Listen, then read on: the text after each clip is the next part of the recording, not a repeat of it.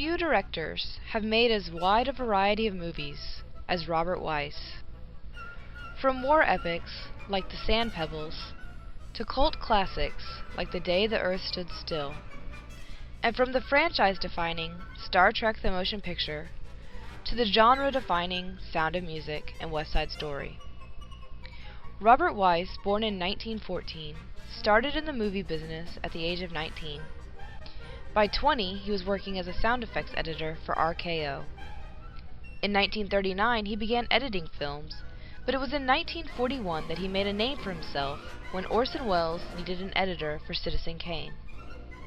Robert Wise received his first Academy Award nomination for his work on the film. He worked as an editor for 2 more years before he began directing. He made several forgettable movies before he was attracted to a 20th Century Fox picture called The Day the Earth Stood Still.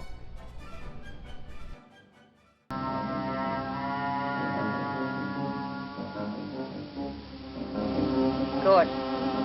Flat 2. Barada. Nick Toe. The picture utilized a familiar documentary style that was seen previously in Citizen Kane. The Day the Earth Stood Still would go on to become one of the greatest science fiction classics of all time, and would forever retain a significant cult following.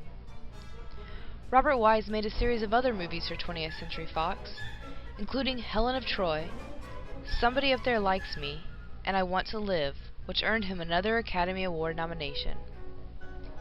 In 1961, 20th Century Fox obtained the rights to the successful play West Side Story, and Robert Wise was tapped to direct the film.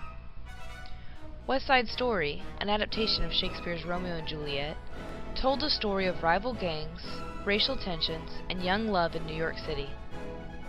The film was nominated for a then record 11 Academy Awards, and it won 10, including Best Picture and Best Director for Robert Wise. Only 2 other movies to date have been nominated for more Oscars. In 1965, 20th Century Fox was facing financial ruin. Cleopatra, starring Elizabeth Taylor, had been a big gamble for the company, and with setbacks, budget issues, and an overlong runtime that had people uninterested, the company was desperate for a hit. All but closed, 20th Century Fox found a script on their shelves entitled The Sound of Music that they decided to take a final gamble on. The Rodgers and Hammerstein play had been a huge success, and with the right director and leads, studio head Darryl F. Zanuck thought the film might give the company a fighting chance. William Wyler was slated to direct the film, but when it became clear that he wanted to make a different version of the story, the studio turned to Robert Wise. Robert Wise reluctantly agreed to direct as long as 20th Century Fox agreed to help finance the war picture he had been trying to make for some time. Wise found a lead in a then relatively unknown Julie Andrews.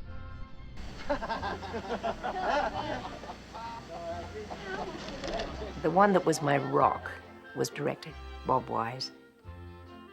To see somebody that tremendous at work, to see the mind saying, this will be the montage and this is how we'll break it down, to see him do his homework was sensational. You realize why he became the great director he is. And I have to thank him for so much. The movie was a smash hit, and the film became, at the time, the biggest box office grosser in history. Robert Wise won his 2nd Academy Award for Best Director, and his 2nd for Best Picture. 20th Century Fox was back on its feet, and Robert Wise got to make the war epic he had always wanted to. Sand Pebbles was released in 1966, and Robert Wise received his 5th and final Academy Award nomination. In 1971, he directed the sci-fi classic The Andromeda Strain.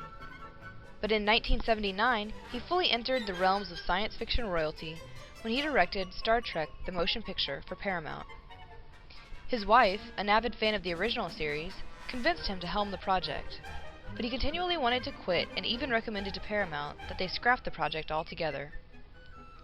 The film remains an integral part of the Star Trek franchise, and it set the tone for the films to follow. Robert Wise directed only 3 more times before he died in 2005. He was the last surviving member of the crew that worked on Citizen Kane.